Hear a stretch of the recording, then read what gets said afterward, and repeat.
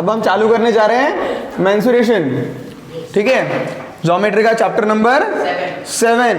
तो basically mensuration में आपको अलग अलग 3D शेप्स के एरिया, वॉल्यूम, कहीं भी पेरीमीटर, इन सब चीजों का स्टडी करना है, बराबर है। तो पहली जो एक्सरसाइज है उसके अंदर आपको कुछ कुल मिला के मेरे ख्याल से 6 या 7 फिगर्स का स्टडी करना है। सबसे पहली वाली जो है वो है क्यूबॉइड, जो है क्यूबॉइड। अब क्यूबॉइड क्या होता है? क्यूबॉइड मतलब क्या? जिसकी जो अपोजिट साइड्स है वो सेम रेक्टेंगल से बनी हुई है, ठीक है। एक रूम मान लीजिए, एक पूरी रूम जो है वो क्या है? क्यूबॉइड है। ये जो रूम है हमारी अभी यहाँ से इतनी पूरी, ये क्या बन गई? ये क्यूबॉइड। ये जो साइड है इसकी रेक्टेंगल है और इसके सामने वाला रेक्टेंगल क्या है? सेम रेक्टेंगल्स है, सेम एरिया वाले रेक्टेंगल्स है, सेम लेंथ इनटू ब्रेथ वाले रेक्टेंगल्स है। ऊपर का नीचे का सेम है, ये वाला सेम है, बराबर है। तो इस क्यूबॉइड के ये 6 फेसेस हो गए, 6 रेक्टेंगल्स क्या इसके फेसेस है। और इसमें से 6 में से क्या है? ये वाला रेक्टेंगल सेम एरिया वाला है, ये वाला रेक्टेंगल सेम एरिया का है, ये वाला रेक्टेंगल सेम एरिया का है। तो अगर बात की जाए आपके क्यूबॉइड की, तो उसमें सबसे पहले आपको देखना है curved surface area. Curved surface area मतलब क्या? इस क्यूबॉइड की दीवारें जो है वो दीवारें खाली, ऊपर की छत और नीचे की जमीन छोड़ के, ये हो गया आपका साइड वाला जो एरिया है। मान लो इस पूरी रूम को अगर मुझे कागज से ढकना होगा तो कितना कागज लगेगा? ये अगर सवाल है तो उसके लिए आंसर होगा इसका कर्व्ड सरफेस एरिया। जितना इसका कर्व्ड सरफेस एरिया होगा उतना कागज इस रूम की दीवारों को चारों साइड से ढकने के लिए लगेगा। तो चारों साइड्स का एरिया कितना है? बराबर है। तो पहले मैं 3 साइड्स डिफाइन कर ले रहा, ध्यान दो। तो क्या है? ये जो है ये है हाइट, ये जो है ये है हाइट, ठीक है। ये जो है मान लो ये है इसकी लेंथ, ठीक है। और ये जो है ये है इसकी ब्रेथ, ओके। ये क्या हो गई? ये आपकी हाइट हो गई, ये लेंथ हो गई, ये ब्रेथ हो गई। समझ में आ रहा है? हाँ। तो ये वाला एक रेक्टेंगल है फेस, तो इस रेक्टेंगल का एरिया कितना हो गया? हाइट इंटू लेंथ, बराबर है। ये सेम इधर उतना ही होगा, बराबर है। तो ये कितना हुआ? ये भी हाइट इंटू सेम लेंथ, मतलब height into length plus height into length. इन दो दीवारों का एरिया कितना हो गया? Height into length plus height into length, मतलब 2 टाइम्स हाइट इंटू लेंथ। कितना हो गया? 2 टाइम्स हाइट इंटू लेंथ। बची कौन सी दीवारें? ये 2 दीवारें, बराबर है। तो ये क्या है? ब्रेथ, ये क्या है? हाइट। तो इसका एरिया कितना हो गया? Height into breadth. उसका भी एरिया हाइट इंटू ब्रेथ, मतलब height into breadth plus height into breadth, मतलब 2 टाइम्स हाइट इंटू ब्रेथ। तो ये हो गया फॉर्मूला। बुक में फॉर्मूले थोड़े मतलब इसको सॉल्व करके दिए गए हैं, दोनों में से ट्वाइस h कॉमन निकाल लिया, अंदर बच गया l प्लस बी। तो बुक में ये फॉर्मूला दिया गया है। तो ये फॉर्मूला है रट्टा मारने वाले बच्चों के वास्ते। बुक में से लिखाओ 10 बार रटो, पढ़ो पोपट जैसा और रट लो। तो ये उनके लिए, और ये जिनको समझ के लिखना है उनके लिए, ठीक है। चारों दीवारों का एरिया ऐड करना है भाई। एरिया मतलब क्या होता है? लेंथ इंटू ब्रेथ, जितनी उसकी 2 डायमेंशन उसको मल्टीप्लाई कर दो। तो यहाँ पे क्या है? ये हाइट है, ये लेंथ है, तो क्या लेंथ इंटू हाइट, ये length into height, length into height plus length into height, 2 times length into height. ये ब्रेथ, ये हाइट, तो breath into height plus breadth into height, मतलब 2 टाइम्स ब्रेथ इंटू हाइट। समझ में आ गया? तो ये हो गया उसका कर्व्ड सरफेस एरिया। फिर आता है टोटल सरफेस एरिया। टोटल मतलब क्या?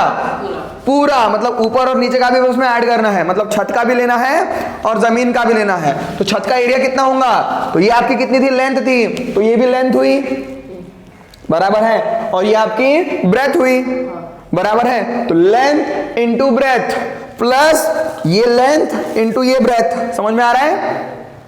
मतलब length into breadth plus length into breadth, मतलब 2 टाइम्स लेंथ इंटू ब्रेथ। इसमें और ऐड हो जाएगा, जो पहला हमारा था चारों दीवारों का वो तो है ही, वो तो है ही, प्लस इसमें ऐड हो गई 2 टाइम्स लेंथ इंटू ब्रेथ। एक ऊपर की लेंथ इंटू ब्रेथ ऊपर वाली और एक नीचे वाली। समझ में आ रहा है? हाँ, ये हो गया आपका टोटल सरफेस एरिया। उसके बाद में वॉल्यूम की अगर बात की जाए तो वॉल्यूम होता है क्यूबॉइड का L into B into H. इसको भी एक्सप्लेन कर सकते हैं अपन।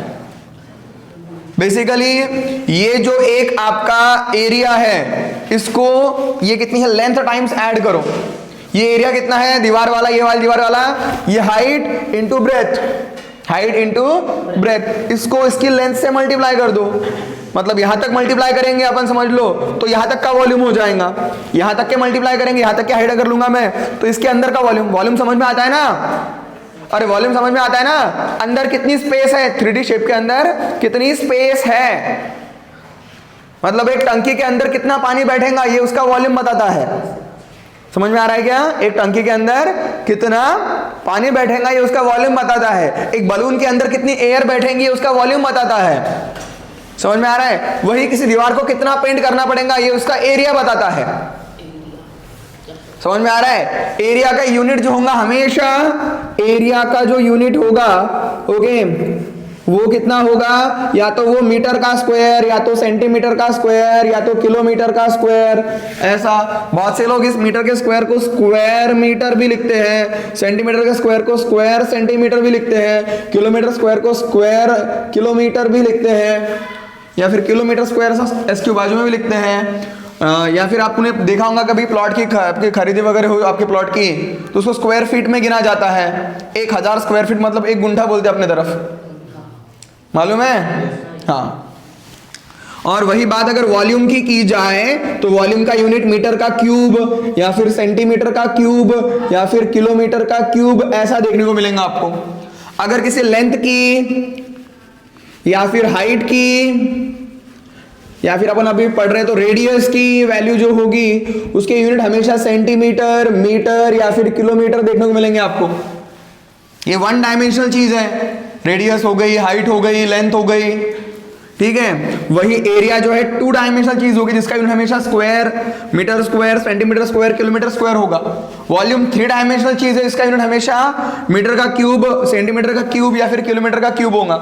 समझ में आ रहा है, अरे समझ में आ रहा है क्या। तो ये हो गया आपके क्यूबॉइड के बारे में, ये हो गया आपके क्यूबॉइड के बारे में। सेकेंड जो शेप है आपका वो है क्यूब, वो है क्यूब। अब क्यूब मतलब क्या, ऐसा क्यूबॉइड जिसके अंदर length is equal to breadth is equal to height है। मतलब जितनी उसकी लंबाई है उतनी ही चौड़ाई है, उतनी ही हाइट है उसकी, तीनों जो साइड्स है वो इक्वल है। मतलब L, B और H तीनों के जगह पे अगर आप L ही रख रहे हो, तीनों के जगह पे अगर आप L ही रख रहे हो इन सब फॉर्मूले में, तो आपको क्यूब के फॉर्मूले मिल जाएंगे। मतलब क्यूब का कर्व्ड सरफेस एरिया जो होगा वो होगा, इसके जगह पे L रख दिया मैंने, तो L इंटू L का स्क्वायर, यहाँ पे भी L और यहाँ पे भी L, तो L इंटू L का स्क्वायर, 2 टाइम्स L का स्क्वायर प्लस 2 टाइम L का स्क्वायर, 4 टाइम्स L का स्क्वायर। ये हो गया कर्व सरफेस एरिया। वैसे समझो तो ये एक साइड हो गया आपका, ये एक फेस हो गया, तो ये L इंटू L का स्क्वायर, ये L इंटू L का स्क्वायर, ये L इंटू ये L का स्क्वायर, और ये L इंटू L का स्क्वायर। कितनी बार L स्क्वायर आ गए, 4 बार। इसलिए इसका कर्व्ड सरफेस एरिया, दीवारों वाला एरिया जो हो गया वो हो गया 4L का स्क्वायर। वही टोटल सरफेस एरिया की बात की जाए तो इस 4L स्क्वायर में ऊपर का और नीचे का L स्क्वायर और ऐड हो गया, L into L square, L into L square, मतलब हो जाएगा ये 6 टाइम्स L स्क्वायर। समझ में आ रहा है। वही बात की जाए वॉल्यूम की, तो L इंटू L मतलब L का क्यूब, हो गया खत्म। समझ में आ गया। मतलब ये अलग से लर्न करने की जरूरत नहीं है। बात की जाए अब सिलेंडर की, नंबर 3 में जो आपको है वो है सिलेंडर। तो सिलेंडर की अगर बात की जाए तो सिलेंडर में देखो, एक सिलेंडर बनता कैसे है। ये एक रिंग मान लो, इस रिंग को h हाइट तक मैं बढ़ाते जा रहा, तो इसका बाहर वाला एरिया बनेगा। सरकमफेरेंस और एरिया का फर्क समझ में आता है आपको सर्कल के? आता है क्या, कि ये जो है ग्रीन वाली लाइन जो दिख रही है आपको, खाली ग्रीन वाली लाइन, ये इसका सरकमफेरेंस हो गया।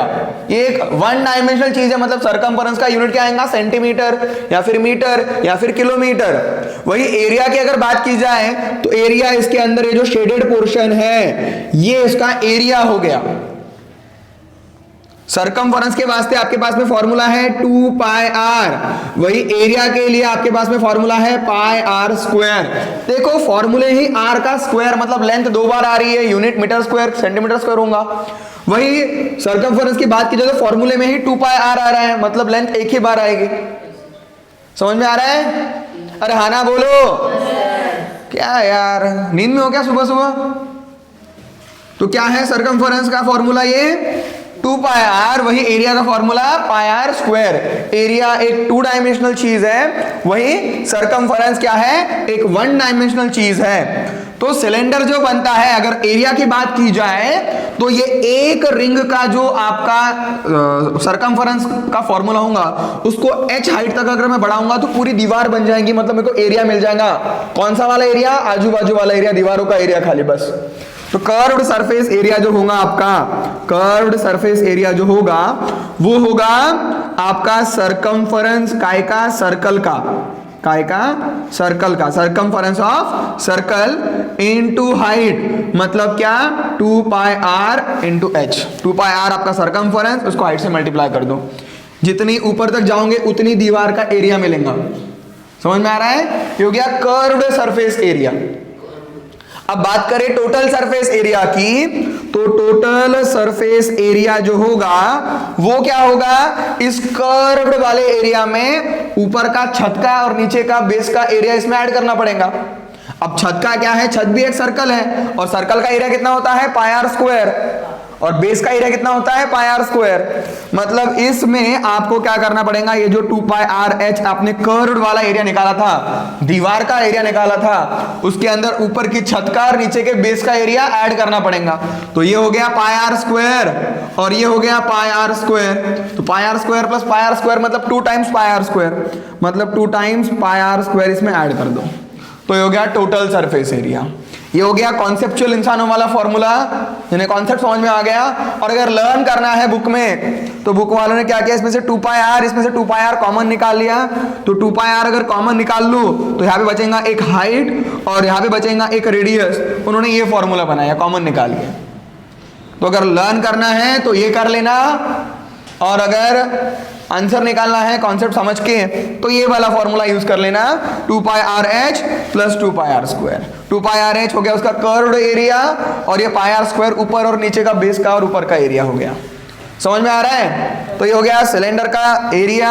उसके बाद में सिलेंडर के वॉल्यूम की अगर बात की जाए तो ये एक बेस का जो वॉल्यूम है, सॉरी एरिया है, बेस का जो एरिया है, इस एरिया को h टाइम्स बढ़ा दो, इसको h से मल्टीप्लाई कर दो। बेस का एरिया ऊपर, उसके अंदर कितनी जगह, कितने एरिया ऐसे बैठेंगे वो मिल जाएगा आपको। इंटीग्रेट दिस, मतलब उसको ये कर लो, हाइट से मल्टीप्लाई कर दो, तो क्या हो जाएगा? ये pi R square area of base into height, मतलब पाई आर स्क्वायर एच।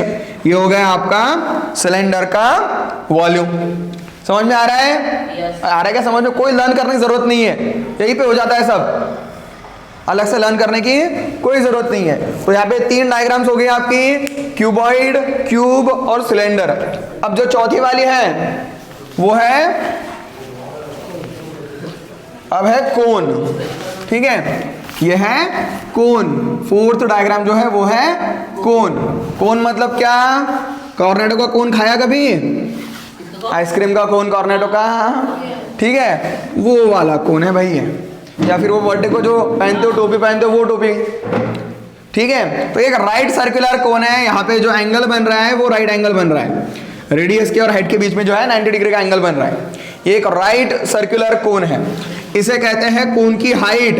ये जो परपेंडिकुलर है इसे कहते हैं कोन की हाइट। ये जो नीचे सर्कल की रेडियस बन रही है ये हो गई रेडियस, और ये जो तिरछी वाली लाइन है इसे कहते हैं स्लैंट हाइट, स्मॉल एल से डिनोट किया जाता है। तो देखो यहाँ पे राइट एंगल ट्रायंगल बन रहा है क्या? ये 90 डिग्री का एंगल बराबर है, बन रहा है। तो ये क्या होगा? यहाँ पे पाइथागोरस थ्योरम अगर हम लगा दे तो हम इस एल की वैल्यू निकाल सकते हैं। मतलब पहला फॉर्मूला जो बनेगा वो बनेगा एल का स्क्वायर बराबर हाइपोटेनस का स्क्वायर बराबर साइड 1 का स्क्वायर प्लस साइड 2 का स्क्वायर। ये स्लैंट हाइट के लिए फॉर्मूला हो गया कि अगर आपको हाइट और रेडियस मालूम है कोन की, क्या मालूम है? हाइट और रेडियस अगर मालूम है तो आपको क्या निकालते आना चाहिए? स्लैंट हाइट निकालते आना चाहिए कोन की। ओके बुक में खाली इसको क्या करे हुआ है, taking square root on both side करके इसको L बराबर under root of H square plus R square करके सॉल्व किया हुआ है। अब देखो आपको ये यूज करना चाहिए, उसको करना चाहिए, ये यूज करो, ये भी कर सकते, कोई बड़ी बात नहीं है। ठीक है, तो ये हो गया आपका स्लैंट हाइट के वास्ते फॉर्मूला।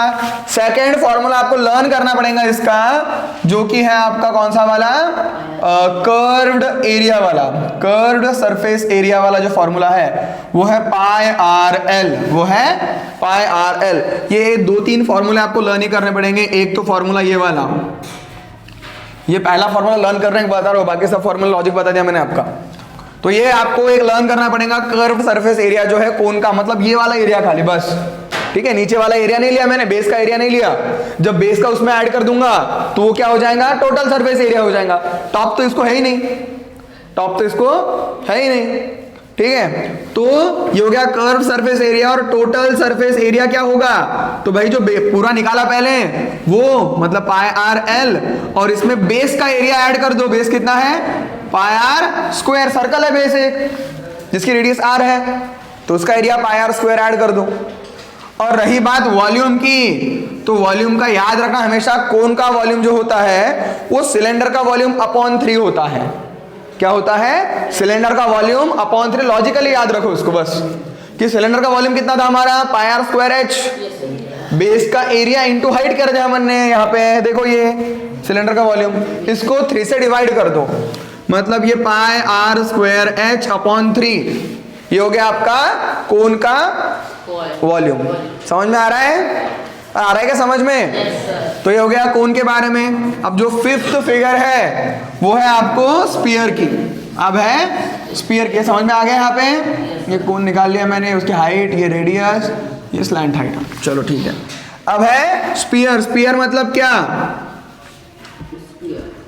स्फीयर मतलब क्या, फुटबॉल जैसा शेप भाई। फुटबॉल मान लो, खेलने की गेंद मान लो, वैसा जो कोई शेप है, संतरा मान लो। ये जो है ये क्या है, ये स्फीरिकल ऑब्जेक्ट्स है। ये क्या है सब, स्फीरिकल ऑब्जेक्ट्स है। ठीक है, अर्थ को भी हम स्फीरिकल मानते हैं। हमने ग्रेविटेशन में पढ़ा कि अर्थ क्या थी, स्फीरिकल है, लेकिन एग्जैक्ट स्फीरिकल है क्या, नहीं। Due to its rotation it bulges outward at equator and it is flattened at pole. पढ़ा था ना, हाँ वो छोड़ो अभी। तो स्फीयर मतलब क्या, वो बात है। तो स्फीयर मतलब क्या, फुटबॉल जैसा शेप। तो इसका लर्न करना पड़ेगा आपको, क्या है इसका जो एरिया है, सरफेस एरिया। एक्चुअली इसमें टोटल सरफेस एरिया होता है, कर्व वगैरह कुछ आने नहीं वाला इसके अंदर। पूरा एरिया जो पूरे स्फीयर का एरिया है वही एरिया है जो कुछ है वो। तो कर्व अलग से, टोटल अलग से पढ़ने की जरूरत नहीं, जो है एक ही है। सीधे बैठो, सीधे बैठो, पहले पीठ सीधी होना मेरे को सबकी। हाँ, तो जो सरफेस एरिया है वो कितना आने वाला है आपका, वो है 4 पाई आर स्क्वायर। याद रखना हो तो सीधा याद रखना, सर्कल के एरिया को 4 से मल्टीप्लाई करना है। क्या करना है, सर्कल का एरिया जो था हमारा पाई आर स्क्वायर, उसको 4 से मल्टीप्लाई करेंगे तो स्फीयर का एरिया आ जाएगा।